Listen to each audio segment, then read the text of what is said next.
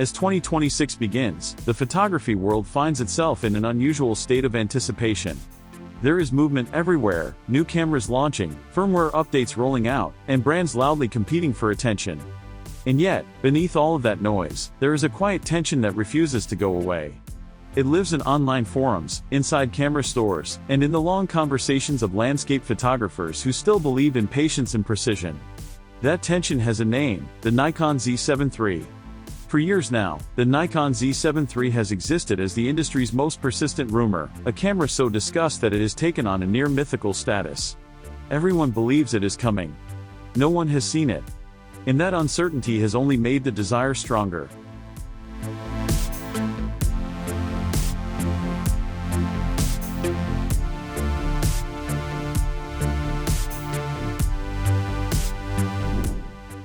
While Nikon has been far from inactive, releasing widely praised models like the retro-inspired ZF and the powerhouse Z8, the Z7 line has remained eerily quiet. The Nikon Z7 II, once a flagship for high-resolution still shooters, has been allowed to age gracefully, without a direct successor stepping into its place. But silence does not always mean neglect. In Nikon's case, it often signals something more deliberate. The absence of the Nikon Z7 III has not been a sign of abandonment. Instead, it appears to be the result of a much larger plan quietly taking shape behind closed doors. At the heart of the Nikon Z7 III rumors is what many insiders are calling Nikon's secret move. This is not a simple generational refresh or a predictable specification bump. Instead, it centers on a fundamental rethink of sensor technology, one that aims to close the long-standing gap between ultimate image quality and modern performance demands. For years, photographers have been forced to choose between resolution and speed. Nikon's rumored strategy suggests that choice may no longer be necessary. Initially, many expected Nikon to reuse the familiar 45.7 megapixel sensor found in the Z8 and Z9. After all, it is a proven performer with excellent dynamic range and strong readout speeds. But recent leaks paint a far more ambitious picture. According to multiple sources, Nikon has been experimenting with a partially stacked sensor architecture for the Nikon Z7 III. This approach represents a carefully engineered middle ground between traditional backside illuminated sensors and fully stacked designs. The advantage of a partially stacked sensor is speed without excess. Compared to conventional BSI sensors like the one used in the Nikon Z7 II, this design offers significantly faster readout speeds, dramatically reducing rolling shutter artifacts. At the same time, it avoids the extreme manufacturing complexity and cost associated with fully stacked sensors.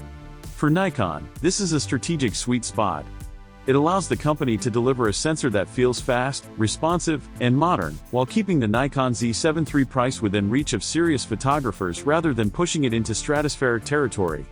Even more intriguing are reports from supply chain insiders suggesting that Nikon has tested prototypes featuring a 67 megapixel sensor. This sensor is rumored to be developed through an expanded partnership with Tower Semiconductor. If accurate, this would represent a massive leap forward for the Z7 line.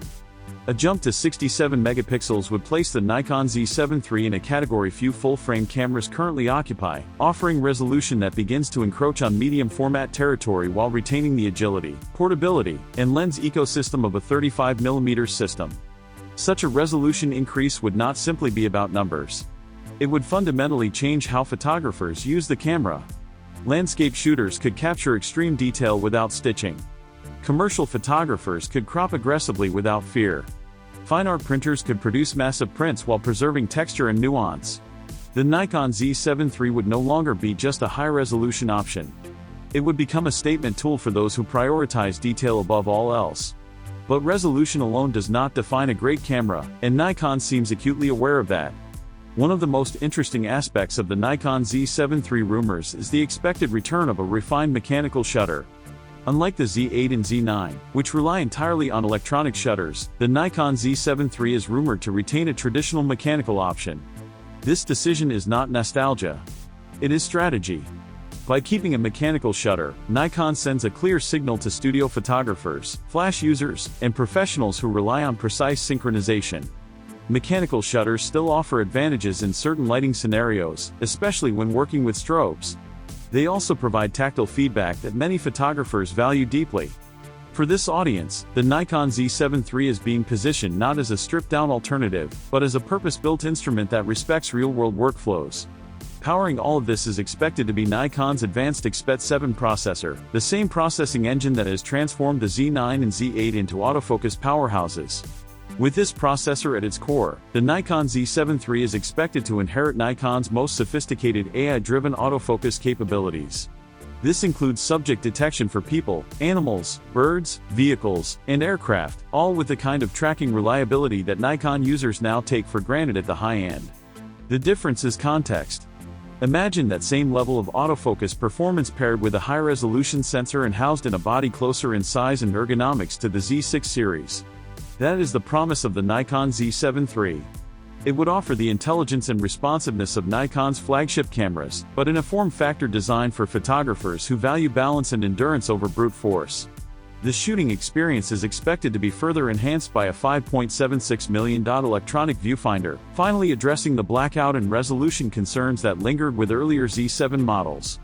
Combined with a 4-axis tilting LCD, similar to the one introduced on the Z8, the Nikon Z7 III would become a remarkably flexible tool for low-angle, vertical, and tripod-based shooting.